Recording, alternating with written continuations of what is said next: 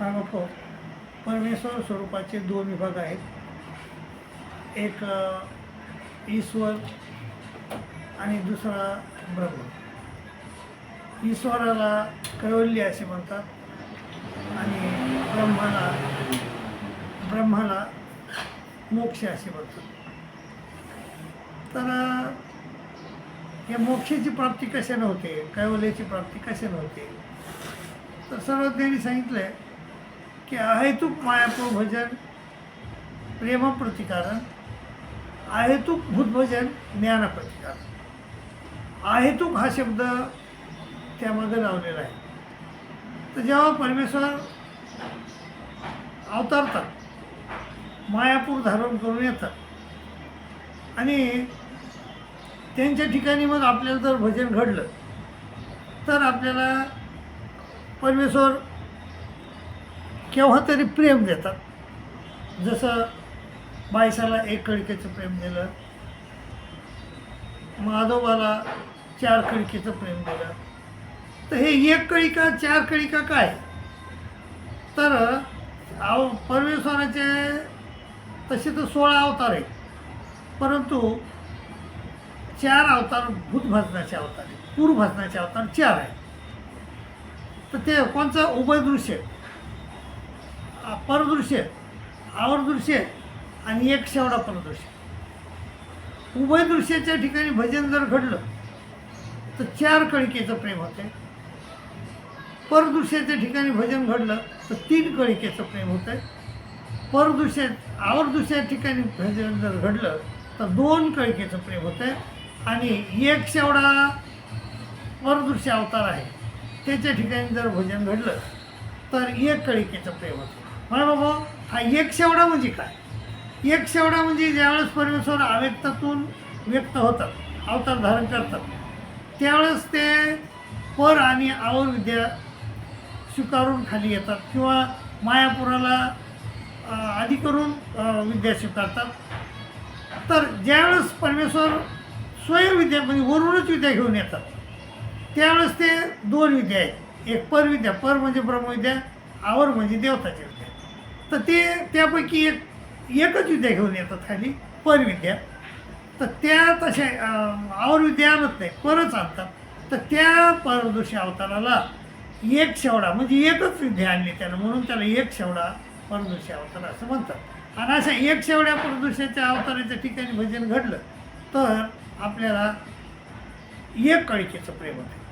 तर तसं बाईसा ज्या होत्या, बाईसाला 1 कळिके उभय 1 शेवडा परदृश्याच्या ठिकाणी भजन घडलेलं होतं, म्हणून त्या बाईला 1 कळिकेचंच प्रेम झालं. आणि महादेवा होते, त्याला उभयदृश्याच्या ठिकाणी भजन घडलं होतं, म्हणून त्याला 4 कळिकेचं प्रेम झालं. माय बाबा, असे हे प्रेम मिळविण्याचे म्हणजे वेगवेगळे कळिकाचे प्रेम आहेत. तर असं पूर्वभजन जर घडलं तर आपल्याला प्रेम होते. आणि प्रेम झाल्यानंतर ज्यावेळेस मृत्यू येतो आपल्याला, आणि मृत्यू आल्यानंतर आपल्याला सुखी श्रीमंताच्या घरी जन्म होतो. आणि त्या सुखी श्रीमंताच्या घरी जन्म होऊन मग परमेश्वर आपल्याला काढून घेऊन जातात तिथून, त्या म्हणजे पुन संबंधाच्या घरून, आणि आपल्याला म्हणजे अप्रोक्ष सामान्य विशेष ज्ञान देतात आणि आपला उद्धार करतात. तर आणि ईश्वर स्वरूपी लीन करून येतात प्रेमियाला. तर प्रेमिया जो असतो, प्रेमियाला नित्य संबंध असतो परमेश्वराचा. प्रेमियाशी भक्ताशी नित्य संबंध, भक्त योगिनूर आहे. आणि भक्ताला जर समजलं की परमेश्वर अवतार सोडून गेले तर तो जिवंत राहत नाही, योगिनूर होतो. तसा ज्ञानिया मरत नाही. तर ज्ञानिया म्हणजे अहेतुक भूतभजन ज्याला घडलं आहे त्याला ज्ञान होते. आणि ज्ञान झाल्यानंतर त्यानं जर आस्तिपरीचं आचरण केलं, देशाच्या शेवटी गेला, झाडाच्या तळवटी बसला, तर तशा माणसाला तर मृत्यू येतो. आणि मृत्यू आल्यानंतर सुखी श्रीमंताच्या घरी, कुल संबंधाच्या घरी जन्म होतो. आणि तिथून मग परमेश्वर त्याला काढून घेऊन जातात, अप्रोक्ष सामान्य विशेष ज्ञान देतात आणि त्याला म्हणजे ब्रह्मस्वरूपी लीन करून देतात. असे ब्रह्म जे ईश्वर स्वरूपी लीन झालं त्याला कैवल्य प्राप्ती झाली असं म्हणता येते. आणि जो ब्रह्मस्वरूपी लीन झाला त्याला मोक्ष मिळाला असं म्हणता येते. म्हणून मायबाबा असं ज्याला अहेतुक भूत भजन पूर्वभजन घडलं त्याला प्रेम होत आहे आणि त्याला कैवल्याची प्राप्ती होते आणि म्हणजे ती ईश्वराची प्राप्ती होते. आणि ज्याला अहेतुक भूत भजन घडलं त्याला म्हणजे ज्ञान होतं आहे आणि ज्ञान झाल्यानंतर त्याला ब्रह्माची म्हणजे मोक्षाची प्राप्ती होते. अशा प्रकारचे हे दोन प्रकारच्या प्राप्त्या परमेश्वराच्या आहेत.